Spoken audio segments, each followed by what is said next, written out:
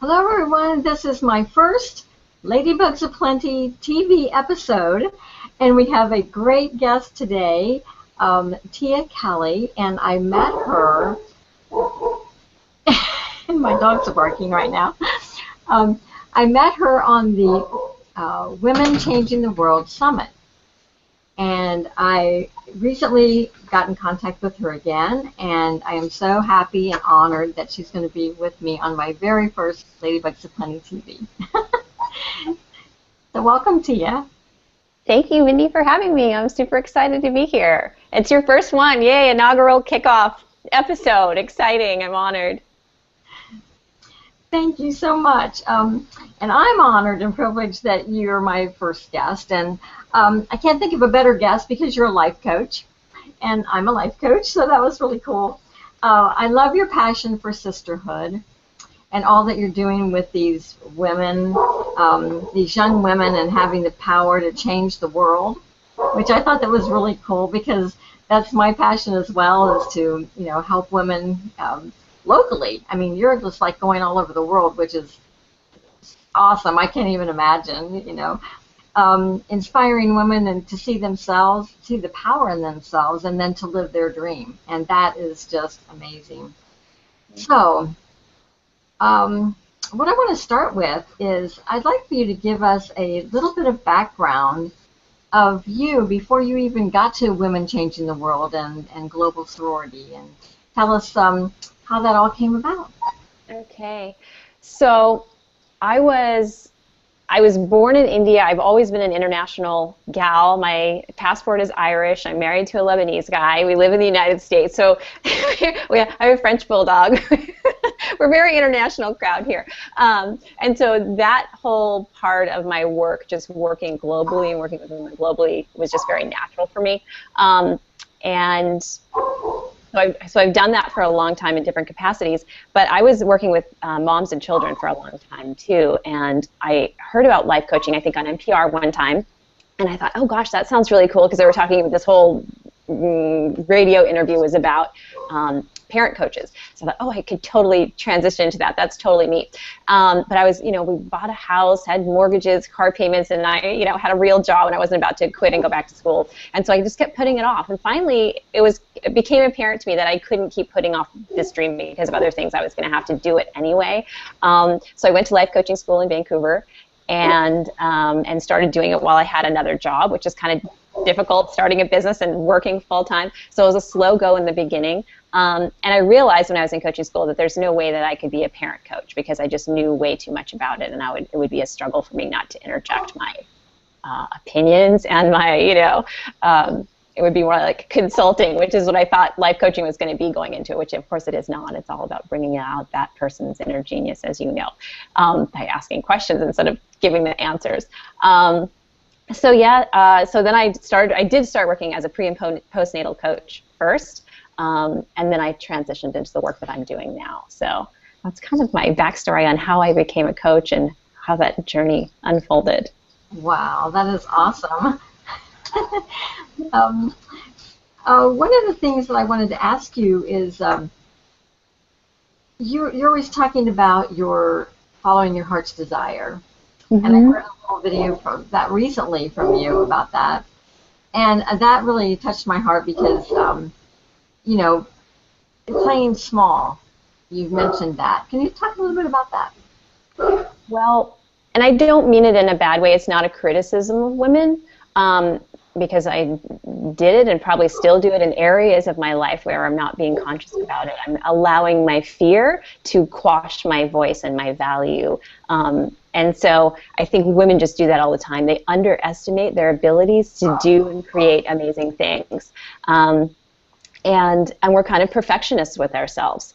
In the business world, they did a survey of like, do women apply for the next big job up there? And if they see the job title and they don't match it 100%, they won't apply for it. Whereas a guy will get that same application and be like, oh, I fall under 50% of these, I'm going to apply for it. And they do, and they get the job, whereas a woman holds herself to a much higher standard in the workplace to be able to apply for jobs. She thinks she needs to know it all perfectly before she'll move forward. And I think we do that in lots of areas of our lives, not just in the workforce. So it doesn't have to be perfect. Just step forward and know that you're good enough. And I think there's a lot of it in there too. We play small because we don't feel like we're smart enough, or whatever label we're sticking on us, even subconsciously, to stop us from moving forward and doing big things for ourselves and for the world. So have a little bit more courage and believe in yourself a little bit more, and things will just start to happen miraculously. That's so true, because you think, well, I need to get one more class in, I need to get a degree, I need to do this, or I need to do that to get another certification, whatever. All the time. Yeah. Before we even start, and I think a lot of people think, well, I just don't have it, and so I'm not even going to start because I don't want to feel like a failure or whatever. So just getting out there, Yeah. Yeah, I'll often ask women in my coaching conversations, well, what do you feel like you need to get that ball rolling and start doing whatever X dream that we've been talking about? And almost always it's something about going back to school for this, getting that degree, getting this, some big thing that they need to do first before they can do the dream, almost always comes up. And it might be valid sometimes, sometimes these things are just practical, and I would encourage, go for it. And learning is always great, so I don't discourage that. But I always try to ask as well, okay, well, that might be your path, and that's awesome. Is there something else that you can be doing without the degree right now that's bringing you 2 or 3 or 4 steps closer to this dream anyway? Like, how can you dabble in it? How can you start doing it without going this big, getting this big thing first or doing this big thing first?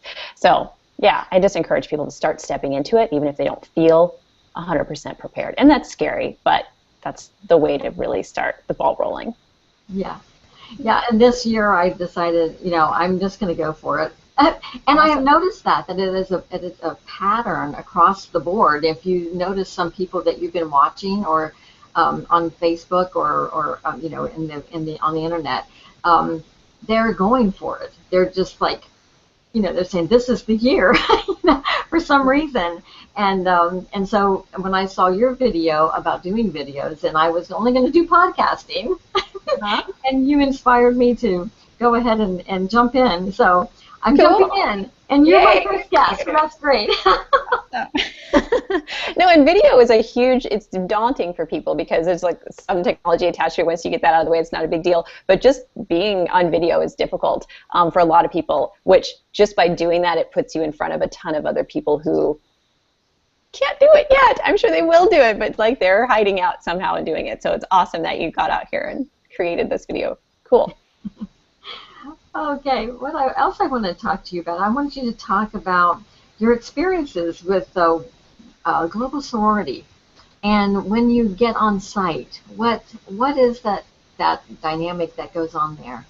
Okay, so Global Sorority is a nonprofit initiative that helps young women to build stronger, more successful pathways into their highest potential in life, and through leadership development. But it's a coaching program, so all of that stuff is internal life skills and belief systems, and it's very difficult when we go to places like Africa and India to see the pressures that society puts on them to kind of be a certain way or act a certain way, or really play small in a much bigger degree than what we're talking about here. They're expected to play small. I think here in the West we play small because of the limitations we put on ourselves a lot of times, where in a lot of developing countries they're really expected to keep it quiet and keep it small. So they're dealing with a slightly different dynamic in the playing big, playing small arena.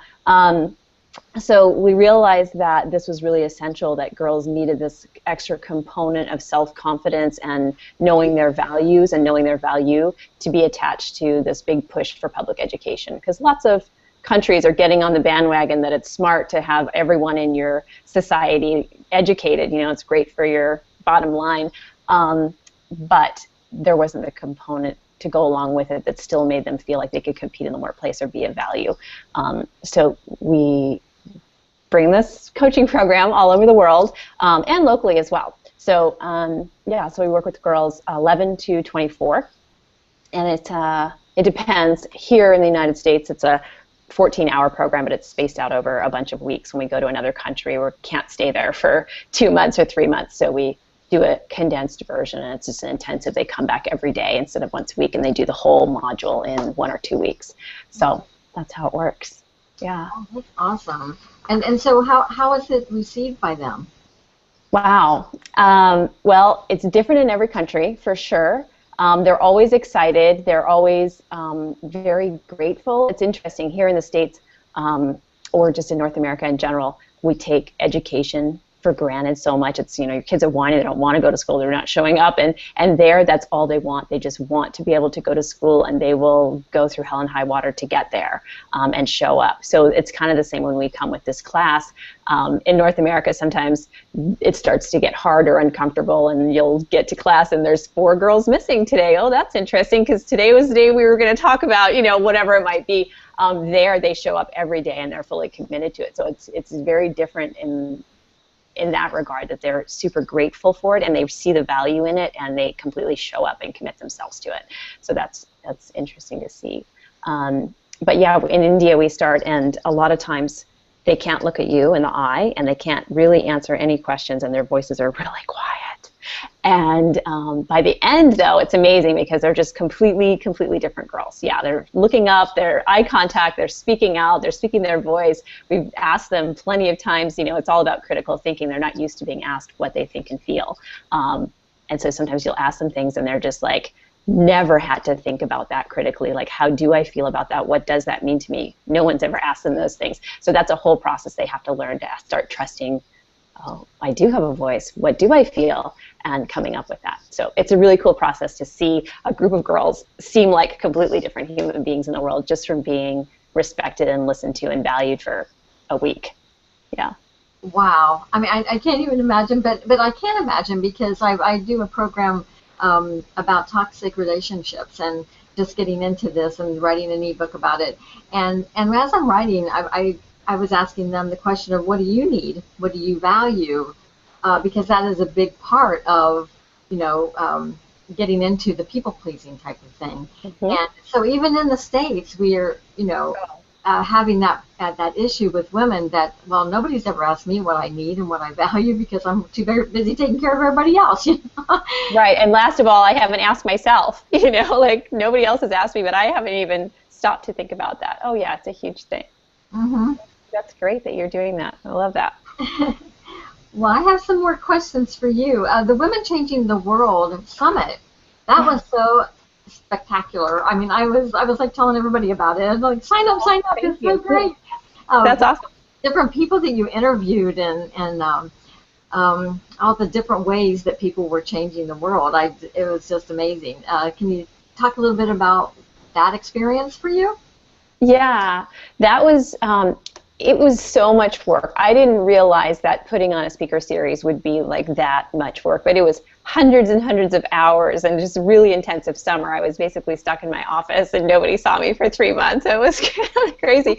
But the outcome of that, I mean, just meeting all those speakers and getting to know these women that I would never have reached out to otherwise. I might have liked them and followed them online and read their blogs and read their books, but never thought that I would be able to reach out to them and have, start a relationship and a conversation.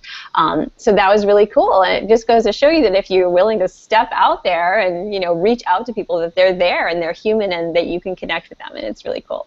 So that was one neat thing for me personally. And then just hearing all their stories and being able to share that with so many other women around the world. And it really did go around the world. I, for some reason, thought that it would be mostly in North America and English-speaking countries, but when you kind of start looking at who's coming in and the people that are writing you back, like every day it was like Russia, Bulgaria, Asia, India, the Middle East, like there was just people from all over tuning in for it. So that was really cool to see. And yeah, I don't know. I think the overriding thread for me that I saw through it was that this concept of changing the world seems quite grandiose. I think maybe some people were like, ugh, change the world. I don't know. But it really started with just changing yourself. I think that was the common thread through that. If you just start really small and change small things in your own life, that can't help but ripple out and affect everybody else and the world. So yes, one, like you said, one woman at a time. I mean, it's a job for all of us, right? And there's plenty of room for everybody to do this. I wanted to talk about your book. Well, it's a book in progress. Thank you very much. So here's a great example of letting things stop you. Yeah. So I've wanted to write a children's book my entire life, I think, since I can remember. And I started it a long time ago, and through Global Sorority, I thought, okay, so now I have all these coaching skills, and I've worked with so many girls, and we have this little mascot who's a little sock monkey that another group of girls make for soldiers around the world and the girls that we go to. So they make a little sock monkey and put a little message of love, and then we took a bunch of them to South Africa for all the victims of sexual violence that we worked with there, and that was really cool.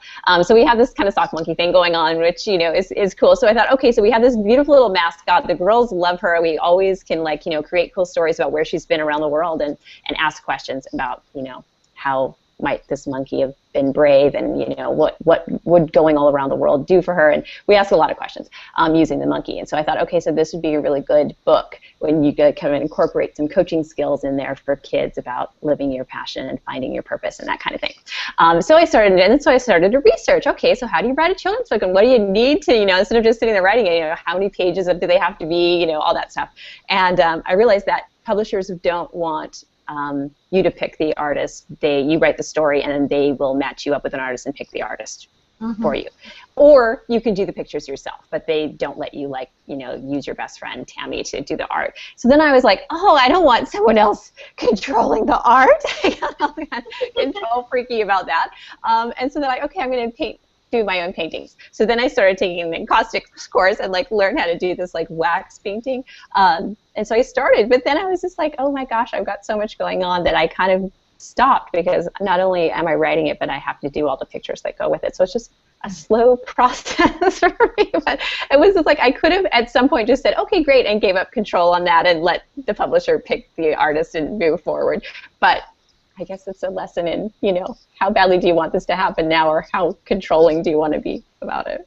Right. And I know exactly what you're talking about, because years ago, about 2010, I decided that I wanted to write an ebook about, I used to be a dog trainer, so I would write a book about dog training. I had all my lesson plans, so I decided to do that, and I just wanted to do an ebook, just an ebook.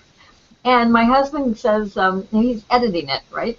And he says, well, he starts writing something himself. And I go, what are you doing? And he says, I'm writing a book for children, because kids can't understand this. I said, well, this is a parent guide.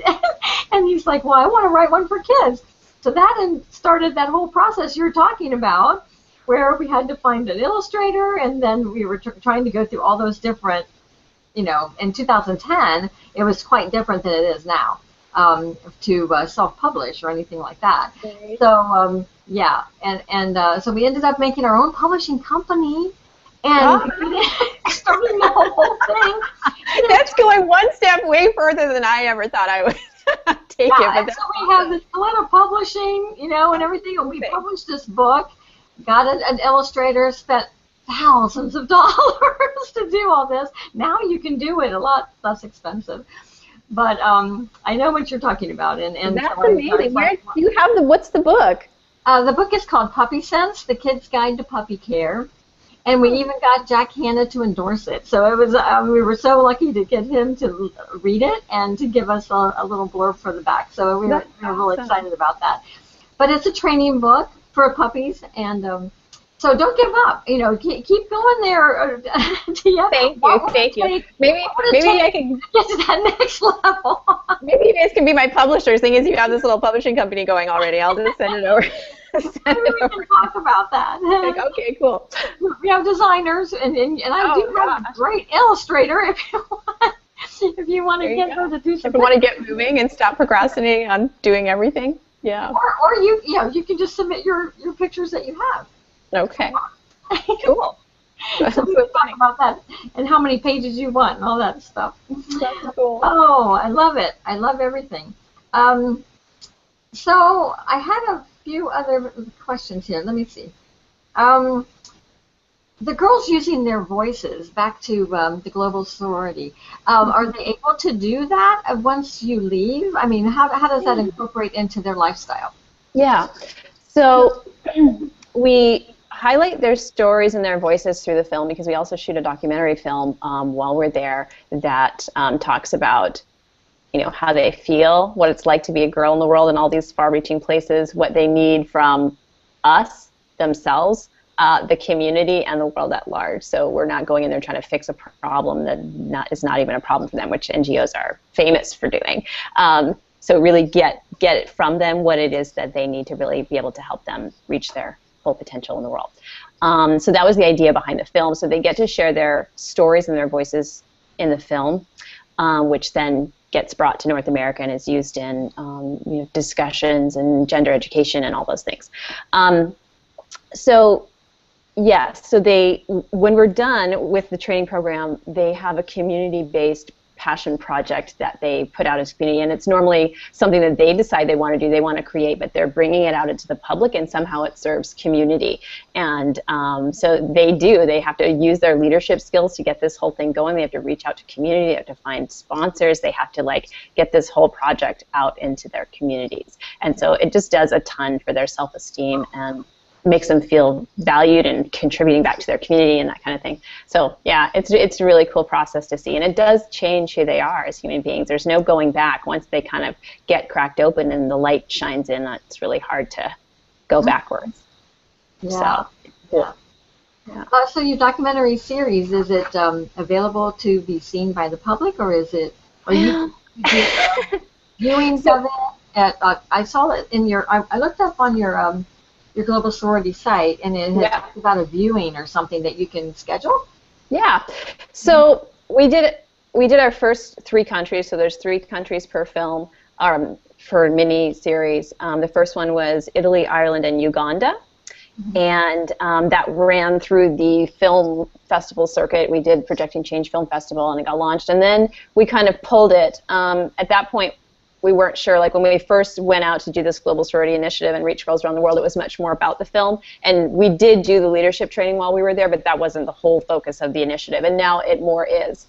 And so we thought, okay, so does this film really represent what we're trying to do with leadership and this whole coaching program with girls? So we kind of pulled it. It's still good information, but it's not like if we don't have it out there public because we weren't sure that this is the voice that we want to have about what this project is moving forward. So it's there, and you know, it is seen, but only in certain, you know, it's just not like on the internet to go watch. But yeah, moving forward, so we have India, South Africa, Mexico, and then we're going to Vietnam and Philippines in a couple months. And so the next few films are they're in production right now. Very good. Also, I wanted to touch base on your like volunteer or corporate community partners, setting up chapters and things like that. Yeah, gosh. So these are all great questions.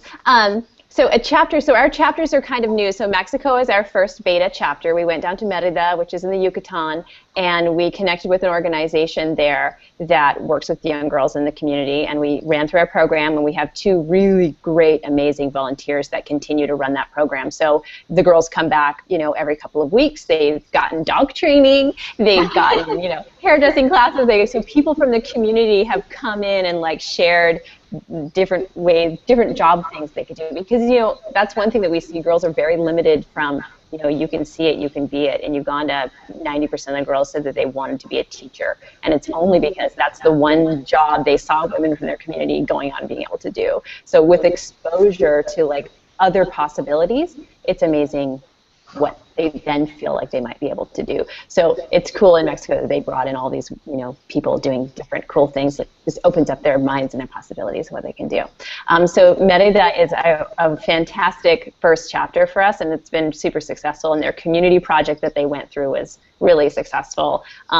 And really got out into community, and it was a big deal. So that was cool, and they got all over the news, and they were all over, you know, all over Mexican national news, and so it was a really good start in Mexico, and we have great rapport with them. So moving forward, like to do some local chapters and be able to connect them with our chapters around the world. So that just means getting into schools, or moms can't come talk to me and say like, oh, I'd love to start a group with our daughters, and I'm like, okay, and I'll come and do the training for you and get it started and get it hooked up. But yeah, that's kind of how it's working so far. Most of our chapters are in different countries and not here, which I want to change. So I'm really looking forward to start working locally with girls and women here. Okay, so well, I wanted to also at the end here to give all your links and everything, so everybody can figure out how to get in touch with you. Give you as much program time as you can get out of this. So my one question at the end here was how can we help you, and how can we help facilitate this and get this going for you in the local U.S. or North America? Or Thank you. Okay, so I love when women just reach out and they're interested in it. Like, that is such a beautiful first start. They're just like, wow, this is a cool thing. I want to know more about it. So they just reach out to me. I love talking to them about it and finding ways in which they can, contribute their gifts, because I feel like so many women out there have amazing gifts. They might not think they do, but they absolutely do. And coaches, we love connecting with coaches, because to be able to facilitate the program right now, there's just a couple of us, and it's very difficult to be going everywhere and doing it. So if you wanted to start coaching this program in your local community, that would be amazing. So I love hearing from women who have a little bit of a coaching background, facilitation background, therapy, some kind of background where they can handle the outcome of these heavy conversations that sometimes come up within the coaching program. And scholarships for girls is just another beautiful way that people can just directly contribute to a girl going through the program anywhere in the world, and they can choose where that might be. So that's another great way. Great. Oh, it's been so enlightening to hear all this, and inspiring for all of us here in the North America to hear that you're going all over the world and doing this. It's just amazing to some of us who don't travel that much. We're just kind of like in our little bubble, and so it's kind of nice to hear about all these things that you're doing and where you're going. So I know that on the screen it was saying your website, which is www.Kelly.com, and then for Global Sorority, it's www.globalsorority.com. And for Women Changing the World, it's www.womenchangingtheworldsummit.com. So I wanted to make sure we got those in. Is there anything else you want to say before we leave? Well, I just wanted to touch on this whole sisterhood thing that you brought up. Oh, yes. I'm so sorry. I had it written down somewhere. You brought it up. I just didn't answer it. I went off on some other tangent.